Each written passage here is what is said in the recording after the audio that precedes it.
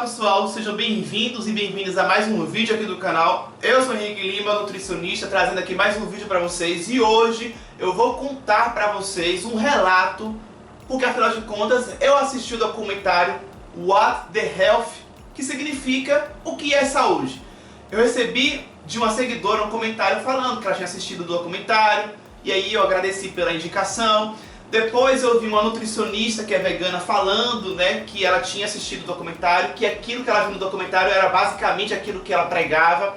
E aí um primo meu agora também assistiu o documentário e me indicou assistir o documentário. Então eu falei, peraí, uma, duas, três pessoas falando sobre isso. O que foi que eu fiz? Assisti o documentário e agora eu vou estar compartilhando com vocês tudo o que eu tenho a falar sobre aquilo que eu vi. Só para vocês terem uma ideia, eu peguei um bloquinho aqui, fiz várias anotações de vários tópicos daquilo que eu considerei importante, então eu vou estar aqui mencionando cada tópico e falando também, comentando cada um deles. Então olha só, se você assistiu o documentário, bacana, assiste esse vídeo para você ter uma avaliação crítica junto com um profissional, tá? Já que eu sou nutricionista. Se você ainda não assistiu o documentário, bacana, assiste o vídeo também, porque assim você vai, tendo assistido esse vídeo, quando você for assistir o documentário, se você quiser assistir o documentário, você vai assistir ele já de uma forma mais crítica, tá certo? Então, o que você tem que fazer já agora? Deixar o seu like, deixar o seu joinha aqui embaixo pra mim, isso é muito importante. E se você chegou aqui de paraquedas, não me conhecia, se inscreva no canal. Depois de você se inscrever, você ativa o sino para que você receba um aviso toda vez que aparecer aqui, um vídeo novo. Então o documentário ele tem 1h30, ele foi ali conduzido por um cineasta que foi feito, digamos, de uma forma a gerar um questionamento sobre o que é saúde. Porque a gente aprende que aquilo que é saudável é de uma forma, e segundo ele se surpreendeu bastante ali com tudo que ele foi descobrindo sobre o que tem por trás daquilo que é pregado como saúde pra gente. Então, por exemplo, eles vêm falando que milhões de pessoas têm diabetes no mundo, que muita gente tem histórico familiar de diabetes, doenças cardiovasculares e câncer. E aí ele vem falando lá sobre algo que foi noticiado aí recentemente, não tem muito tempo isso, sobre a Organização Mundial da Saúde ter feito um posicionamento a respeito das carnes processadas. Na época eu fiz post, eu fiz vídeo sobre isso, porque a OMS, ela disse o quê? Segundo várias referências, a gente concluiu que carne processada, e que carnes processadas são essas. Eles até trouxeram exemplos, que seriam a salsicha, presunto, bacon, linguiça. Essas carnes processadas têm relação com câncer. E aí já se faz um questionamento no documentário sobre a relação de dieta com câncer. Porque muita gente imagina que câncer e outras tantas doenças tenham uma relação hereditária. Ou seja, você está tendo isso aqui agora porque na sua família tem muito. Então, você meio que nasce fadado a ter aquela doença por questão genética, por questão hereditária. E aqui já começa-se a ter um questionamento sobre a relação da dieta. E aí ele foi entrevistando várias pessoas, especialistas, e aí cada um foi dando a sua versão. Então tudo que eu vou estar falando aqui foi dito por alguém lá do documentário, tá? Um deles falou que a causa do diabetes, da pressão alta, artérias entupidas e obesidade se resume em 3 palavras. É a comida. Eu achei isso fantástico, porque literalmente ele colocou aí a importância daquilo que você come sobre a sua saúde. E aí logo no início já veio uma informação intrigante, que foi a que disseram que açúcar não dá diabetes, mas sim a carne. Porque segundo o que foi dito, a gordura animal presente, portanto, nas carnes, atrapalha a entrada de açúcar na célula, enfim, atrapalha as vias de sinalização da insulina. Não que eu discorde disso, tá? Não que eu discorde. Porém, a frase de que açúcar não dá diabetes, eu não concordo, tá? Inclusive, uma outra justificativa para isso foi a seguinte, de que quando você come açúcar, esse açúcar vai ser queimado e o que não for queimado vai ser armazenado como glicogênio. Concordo ainda em partes, porém, não para por aqui. Aquele açúcar que não foi queimado, que foi estocado como glicogênio, que é uma verdade, mas os estoques de glicogênio no nosso corpo têm um limite. E esse limite é onde entra o quê? O direcionamento do açúcar em excesso em gordura. Então dizer que gordura atrapalha. Mas se açúcar vira gordura, como é que você disse que açúcar não tem relação com diabetes? Não concordo, né? E aí, inclusive, houve uma certa contradição, porque um dos especialistas disse isso que eu acabei de mencionar, mas um outro disse o seguinte: ele também disse que o açúcar não dá diabetes e complementou fazendo o seguinte, de que você não transforma açúcar em gordura. Mas ele diz que, a não ser que haja um excesso de calorias, ou seja, aqui houve uma contradição. Esse segundo especialista falou ainda concordando, dizendo que você não transforma açúcar em gordura. Portanto, né, se a gordura que é o problema e que açúcar não vira gordura, o açúcar não tem relação com diabetes. Mas ele se contradiz quando ele diz, porém, a não ser que haja um excesso de calorias, ou seja, o açúcar então vira gordura, já que ele diz que quando houver excesso de calorias, açúcar vira gordura. Então não dá para dizer que açúcar não vira gordura e que açúcar não tem relação com diabetes. Vocês entendem? E outra coisa, se o açúcar vira gordura quando há excesso de calorias, e qual é o problema da atualidade? É a falta de comida? Não, gente. Lógico que eu sei que existe fome no mundo, mas aqui eu estou falando de obesidade. As pessoas que têm obesidade, elas são pessoas que têm falta de comida ou necessariamente, pelo menos a maioria, come muito? Então como é que diante desse cenário de pessoas que comem muito, consomem um excesso de calorias, você diz que o açúcar não tem relação com diabetes, já que essas pessoas consomem um excesso de calorias e que, portanto, para essas pessoas o açúcar em condições de excesso de calorias vira gordura. Ou seja, o açúcar tem relação total com diabetes. Eles acabaram dizendo, em outras palavras, que o açúcar tem relação com diabetes, só que não foi o que eles disseram o contrário. O que, como eu disse aqui, eu não concordo, não tem lógica alguma dizer que açúcar não tem relação com diabetes.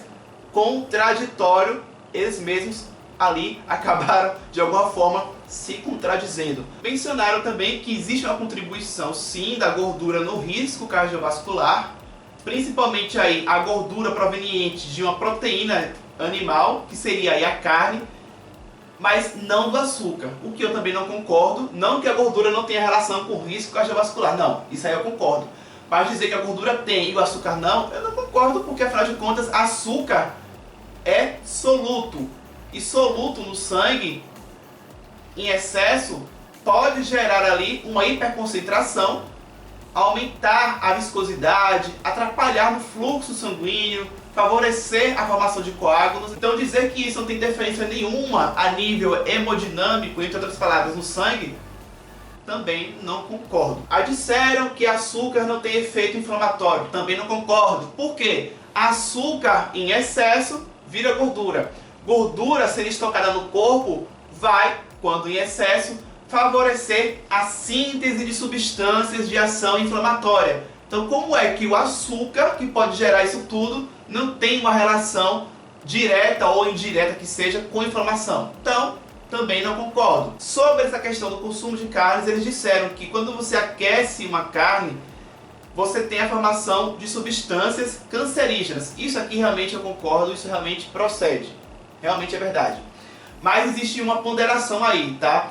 Essa questão do favorecimento do consumo de carne com câncer, primeiro ponto, carne processada com câncer, isso é indiscutível. Aqueles alimentos processados que eu falei lá no início, salsicha, linguiça, tem essa relação com câncer, sim. Principalmente câncer que envolva o trato digestório, câncer de cólon, por exemplo. Agora, carne vermelha, que não é uma carne processada, né, carne animal, tem relação com câncer? Também pode ter, existe uma evidência menor, mas principalmente essa relação vai se dar se você, por exemplo, faz um consumo ali no churrasco de carne e não consome salada junto. Por quê? Quando você consome a carne associada com saladas, você tem ali as folhas dos vegetais, alimentos naturais, que vão balancear isso e você tem esse risco ali minimizado. Então é preciso fazer a ponderação. E aí eles entraram falando sobre a questão de Alzheimer, demência, esses problemas de memória, né, de declínio cognitivo, falando que existe uma relação disso com entupimento dos vasos pelo colesterol ruim. E aí eles também falaram que carne, frango, e ovos têm colesterol. Ou seja, a mensagem é que as carnes, ovos que têm colesterol e o colesterol pode gerar na demência e por aí vai, a mensagem que se passa é que o colesterol é ruim. Mas o que eu trago aqui é o seguinte: as células do nosso corpo, e vale lembrar, né, que nós somos constituídos de células. Uma das coisas que a gente mais tem são células no nosso corpo. E cada célula, elas são constituídas, um dos componentes presentes nas nossas células é o colesterol. Então a gente não pode achar que, opa, a carne tem colesterol, então isso é péssimo. Não, né, gente? A gente tem colesterol nas nossas células, a gente pode consumir colesterol, desde que, como tudo, com adequação. O que não pode é achar que, opa, tem colesterol, então só por isso é ruim. Não. E aí eles falaram sobre a questão dos estudos aí recentes que vieram falando que a gordura saturada não traz nenhum risco para a saúde. Segundo eles, esses estudos foram uma campanha a favor dos laticínios, porque afinal de contas, leite de vaca e seus derivados são fontes de gordura saturada. Então esses estudos aí, segundo eles, vieram para a mídia divulgando esses estudos, as pessoas entendam que eles não oferecem risco, então vamos continuar consumindo porque não oferece risco. Fica aqui o questionamento, o que é que você acha disso tudo, tá? Agora, quanto à questão da gordura saturada fazer mal ou não, eu já falei muito aqui sobre isso e definitivamente gordura em excesso sim pode trazer mal à saúde. O que não dá é achar que gordura saturada está livre na dieta. Realmente, esse é o conceito que, na minha opinião, está totalmente equivocado. Uma coisa bacana foi a relação que eles trouxeram da genética, da epigenética, que é o seguinte: aquilo no início que eu falei, que é o que muitas pessoas pensam, né, que você está fadado a ter as mesmas doenças da sua família por questão genética, por questão hereditária, não é bem por aí. Por quê? Você até pode sim ter nascido com um gene que vai expressar uma doença X, que é a doença que a sua família tem bastante. Beleza, você nasceu com esse gene, mas esse gene ele pode ser silenciado, ou seja, você pode regular a expressão dos seus genes através do que você come.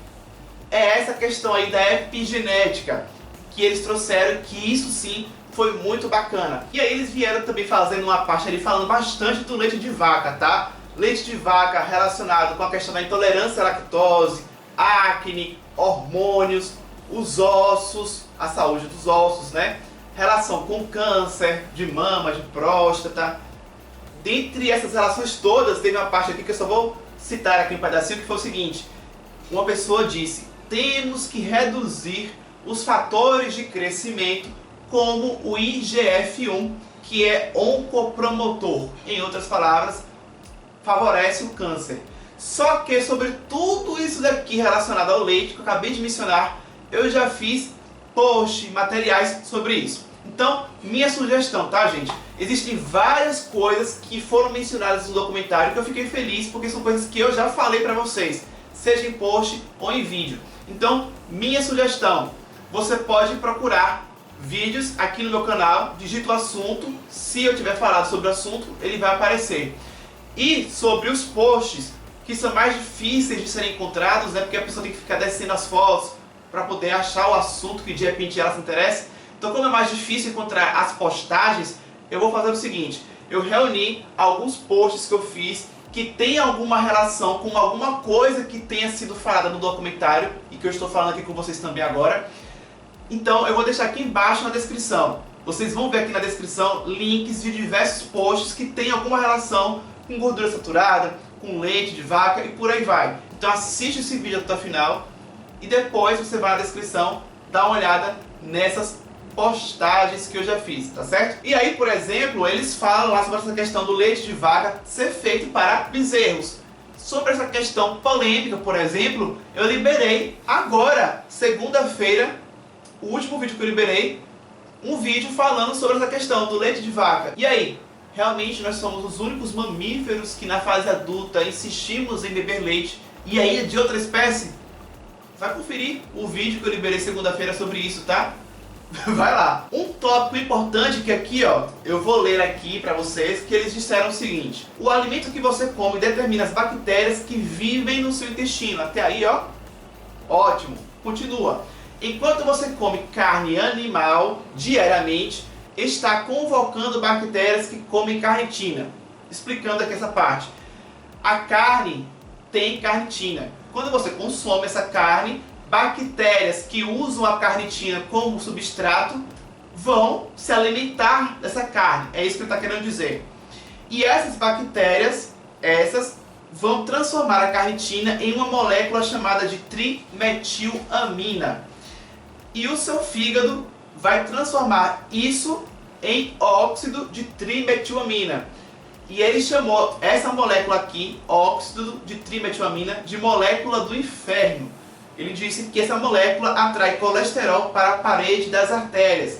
E as pessoas que estão consumindo uma dieta baseada em carnes estão contribuindo para a formação de placas. Resumindo, essa explicação ele fez para mostrar que fisiologicamente o mecanismo ali, você consumindo carne, ele trouxe uma justificativa brilhante, impactante, né? Para justificar que, olha, você consumindo carne, você está contribuindo para o entupimento das suas artérias, ou seja, doenças cardiovasculares aí como risco.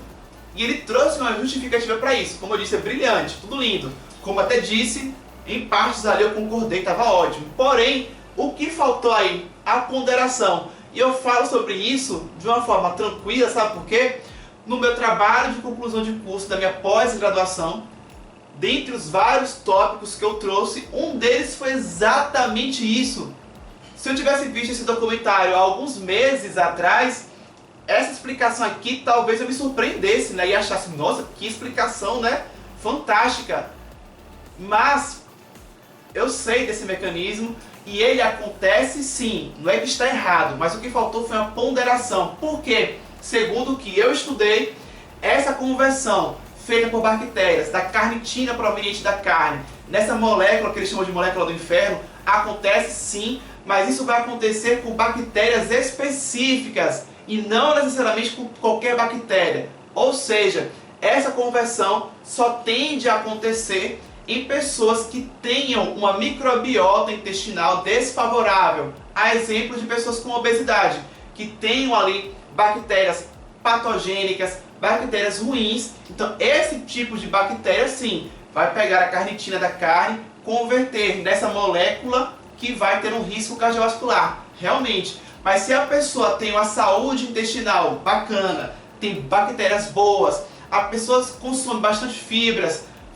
prebióticas, consome alimentos naturais, essa pessoa vai ter ali, digamos, uma proteção. E a carne que ela venha a consumir não necessariamente vai ter esse destino. Então, essa ponderação é super importante. E aí eu volto para aquela questão que eu já tinha mencionado do consumo de carne acompanhado de uma salada. Além disso, prevenir o risco de câncer, isso também previne a formação do óxido de trimetilamina. Porque quando você consome a carne, mas você consome salada, você está consumindo fibra, você está ali contrabalanceando, você está ali fornecendo elementos que vão ser boas para o intestino, e aí aquela carnitina da carne vai ter menos risco de gerar a trimetilamina e o óxido de trimetilamina. Entenderam? Ah, mas uma coisa que eles colocaram lá que, olha, sinceramente, essa daí foi um pouco, né? Ou melhor, um pouco não, muito questionável, que foi a seguinte: apareceu um cara lá falando que se você pega fruta, bate no liquidificador e você faz um suco, aquilo é bom, é agradável. Agora experimente pegar um peixe, bater no liquidificador. É imediato, é uma reação natural, você vai sentir repulsa. Eles usaram isso para justificar que a gente é frutívoro, a gente nasceu para comer frutas, alimentos de origem vegetal. A gente não nasceu para comer alimentos de origem animal, para comer carne. Então eles usaram isso para dizer que naturalmente a gente tem repulsa para comer um peixe batido no liquidificador. Mas se você pega uma fruta e bate no liquidificador, você não tem repulsa. Então eles usaram isso para, né, dizer que naturalmente a gente não está apto para consumir carne. Mas aí, olha só, isso aqui que eu vou falar agora, quem assistiu o último vídeo lá do leite vai entender mais detalhadamente. Mas de forma resumida, se você pega um leite de vaca e oferece para uma criança, tá? Ela vai sentir repulsa? Não, né? Não. Ela vai comer, ou melhor, beber. Então, ela não teve repulsa, então isso quer dizer que por instinto a criança consumiu leite de vaca e por instinto isso quer dizer que o leite de vaca é saudável, já que ela não teve repulsa. Mas, segundo eles, o leite de vaca não é saudável. Vocês compreendem? Compreenderam? Gente, que bacana que se você ainda não viu o documentário, você está vendo esse vídeo agora. Que bacana que se você já viu o documentário, você também está vendo esse vídeo agora, para que vocês tenham uma análise crítica do documentário. Percebam, ele tem informações bacanas, sim. Ele traz uma reflexão bacana, sim. Mas isso não quer dizer que você tenha que assistir o documentário e tudo que você ouve, você tenha que aceitar. Que é o que eu estou fazendo aqui. Uma análise crítica do que foi colocado lá, mostrando para vocês que eu concordei com coisas, mas não concordei com outras. Seja algumas que eu não concordei mesmo, ou algumas que eu concordei em parte, mas senti uma falta de ponderação, porque eu percebi que eles tendenciaram a pegar uma informação que até é verdadeira, mas eles tendenciaram ela para o ponto de vista que eles queriam, sem fazer a ponderação, já que, como eu estou mostrando aqui, muitas coisas têm os dois lados da moeda e não só o lado da moeda que eles mostraram. E aí, durante o documentário, eles também fizeram uma relação dos alimentos de origem animal e dos de vegetal, que é basicamente o que eles fizeram no documentário inteiro. Mas, por exemplo, muita gente acha que para ter um corpo bacana tem que consumir proteína animal. E eles mostraram lá dizendo que não. Tem pessoas que são veganas e tem físicos que são comparáveis a pessoas que consomem ali carne animal e que você não diria que aquela pessoa não consome carne alguma. E a pessoa realmente tem aquele corpo sendo vegana. Então eles mostraram que é possível sim você ter um bom fornecimento de proteína consumindo apenas alimentos de origem vegetal. E eu concordo, tá? É totalmente possível. Se você quer adotar um estilo de vida sem carne, sem produtos de origem animal, é totalmente possível você ter um fornecimento de proteínas adequado. Concordo. E aí, para continuar afirmando isso, eles falaram que você pode ter todos os nutrientes que você precisa de origem vegetal. Você não precisa, de forma obrigatória, consumir qualquer produto que seja de origem animal para você ser melhor nutrido. Não. Segundo eles, uma outra justificativa é a questão da B12, que muita gente fala que, não, mas a B12 não, a B12 é só de origem animal. Segundo o que eles trouxeram, você pode muito bem não consumir nenhum produto de origem animal e você suplementar a vitamina B12. E eles ainda falaram o seguinte, que na verdade a vitamina B12 ela é até produzida por determinadas bactérias que poderiam estar ali presentes nos alimentos naturais, frutas e por aí vai. Só que como a gente vive em um ambiente asséptico, o que quer dizer isso? A gente vive em um ambiente de muita higienização, em que a gente higieniza tudo, então a gente mata as bactérias. Por conta disso, a gente matando essas bactérias, a gente só consome aí fruta higienizada e por aí vai, a gente deixa de se beneficiar dessa vitamina B12 produzida por essas bactérias que poderiam estar presentes nesses alimentos. Então, por culpa nossa, a gente deixa de oferecer essa B12 para o nosso corpo pelos alimentos de origem vegetal. Então, não é que os alimentos de origem vegetal não têm B12. Oi?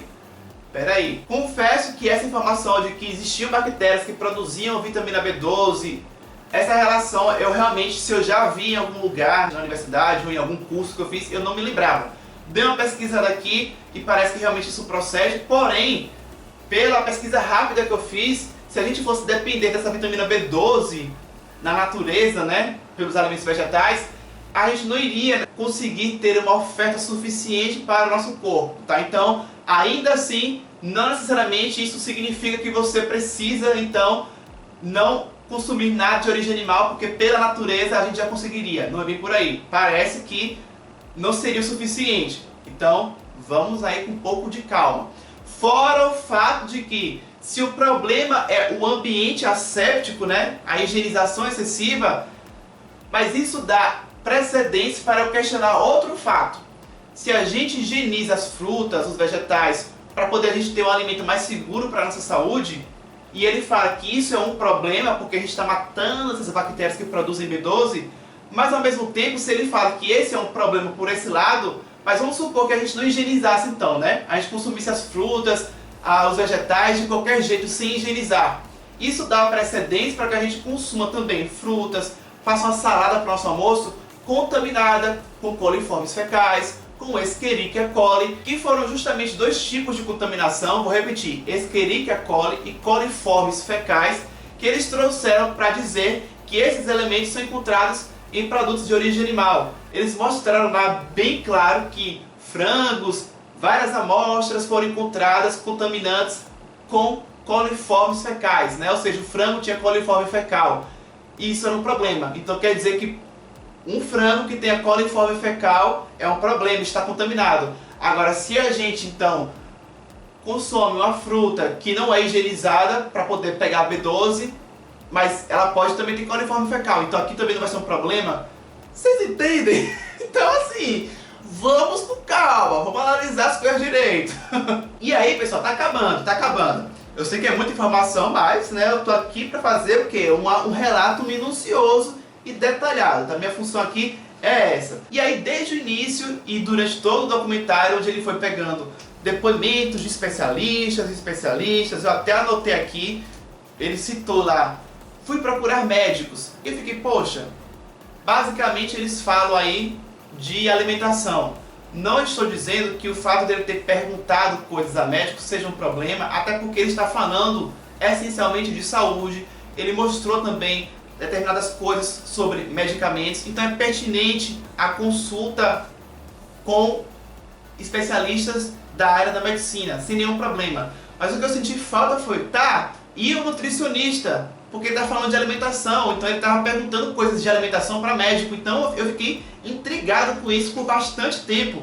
E aí praticamente no final foi quando ele trouxe isso. Eu falei, opa, finalmente, ele falou lá, né? Bom, mas se o assunto é alimentação, quem sabe melhor do que isso é o nutricionista. Então, nada mais justo do que procurar os nutricionistas para poder saber o posicionamento deles sobre essas questões todas. E aí, de uma forma bem simplista, ele apenas trouxe lá falando que as revistas científicas que são publicadas no meio da nutrição, elas são feitas com um patrocínio de uma marca. Exemplo, eles fazem um artigo falando do ovo, que o ovo é bom, que o ovo não traz risco à saúde, mas no final tem falando que aquilo ali foi patrocinado por uma empresa de ovo. Ou seja, ele quis dizer que não tinha validade você utilizar aqueles documentos ali oficiais no meio da nutrição, porque afinal de contas eram documentos comprados, vendidos. Mas, gente, sinceramente, diversos artigos científicos que eu leio, mais de 90% são artigos em inglês. Artigos que vieram de revistas lá nos Estados Unidos também, de repente. E as revistas que eu já li, nenhuma delas é daquele formato lá que ele trouxe lá, daquelas revistas de nutrição lá científicas. Nenhuma delas tem aquele formato. Então eu achei muito, novamente, pegou algo que pode ser que exista, aquela revista lá realmente pode ser que exista, né? Não creio que ele pegou e inventou aquela revista, mas aí ele pegou aquela revista que até exista e trouxe isso para endossar os seus comentários e não levando em consideração as revistas científicas aí que eu conheço, já li vários artigos científicos e nenhuma delas tem aquele formato de um texto e embaixo lá o patrocínio da empresa do ovo, da empresa da linguiça ou sei lá o que. Então eu achei muito fraco, sabe? Muito fraco. Eu senti que essa menção ali ao nutricionista foi só justamente para poder dizer que, opa, peraí, para quem for questionar dizendo que a gente não ouviu os especialistas da nutrição, vamos colocar só esse trechinho aqui para depois de ninguém dizer que a gente não pensou nisso, sabe? Achei muito fraco, muito simples, muito fraco. Definitivamente, isso daí realmente foi muito fraco. Deveriam ter ouvido nutricionistas quando o assunto é alimentação e justificar que não dão credibilidade por conta das revistas serem vendidas. Isso caberia também a gente usar isso para o outro lado. Ele também trouxe lá falando que diversos artigos ou revistas, né, do meio médico, segundo ele, é patrocinado por empresas. Por exemplo, uma revista que deveria estar alertando sobre o risco do leite para o câncer, na verdade, ela é patrocinada por uma marca de iogurte. Então nunca que essa revista iria lançar um artigo falando mal de laticínios, já que ela é patrocinada por uma empresa de iogurte. Então isso dá margem para você questionar e duvidar sobre o discurso médico, o que até ele trouxe, mas mesmo ele tendo isso, ele não deixou de ouvir os médicos. Você tá entendendo? Ele não deixou de ouvir os médicos, mesmo tendo trazido tudo isso. Mas o nutricionista, ele nem ouviu porque ele justificou isso. Então, gente, peraí, né? Não dá. Não dá. E só pra fechar, lembra aquela coisa do açúcar não ser a causa do diabetes? Então, em um trecho ali do documentário, alguém ali disse o seguinte, que os biscoitos recheados, que muita gente, né, associa que são fontes de açúcar e que é um tipo de alimento que propicia o diabetes, segundo lá o que foi dito, na verdade, ali tem o açúcar, mas na verdade tem manteiga, então tem gordura também. E que o grande problema do biscoito recheado é a gordura e nem tanto o açúcar. Opa! Quer dizer que, em partes, é dito que o açúcar não é o problema. E aqui nessa parte disseram que a gordura que é o problema e o açúcar nem tanto. Em outras palavras, ainda que segundo a pessoa esteja ali considerando como um problema menor, mas ainda é um problema. E ser um problema é diferente de não ser um problema. Então, gente, é isso. Espero que vocês tenham gostado bastante desse vídeo. Deixe o seu like aí, que afinal de contas eu assisti o documentário para poder fazer esse vídeo, tá? Então, vejam aí que deu um certo trabalho, tive que anotar, fiquei pausando o documentário várias vezes para anotar os tópicos, para trazer esse conteúdo aqui para vocês. Então não saia do vídeo sem antes só deixar o seu like, isso é muito importante, e compartilhe esse vídeo. Compartilhe aí com quem você conhece, que já assistiu o documentário, com quem você sabe que vai assistir o documentário, e esse vídeo aqui vai ser importante, tá certo? Comenta aqui embaixo falando o que é que você achou do vídeo, o que é que você achou disso tudo, do documentário e do vídeo aqui. Comenta, participa aqui de uma forma saudável, né? De uma forma saudável. Me acompanha nas minhas redes sociais. Por exemplo, esses posts todos que eu falei pra vocês, que eu indiquei aqui embaixo, todos eles foram postados tanto na minha fanpage quanto no meu Instagram. Então, né? Se você tem Instagram, me acompanha para que você não perca nada. Daqui a pouco aqui na tela vai aparecer uma foto minha aqui no meio. Você clica nessa foto para realizar a sua inscrição aqui no canal, se você ainda não tiver feito isso. Combinado? No mais, eu quero agradecer você por ter me assistido até o final. Hoje eu vou ficando por aqui e até o próximo vídeo.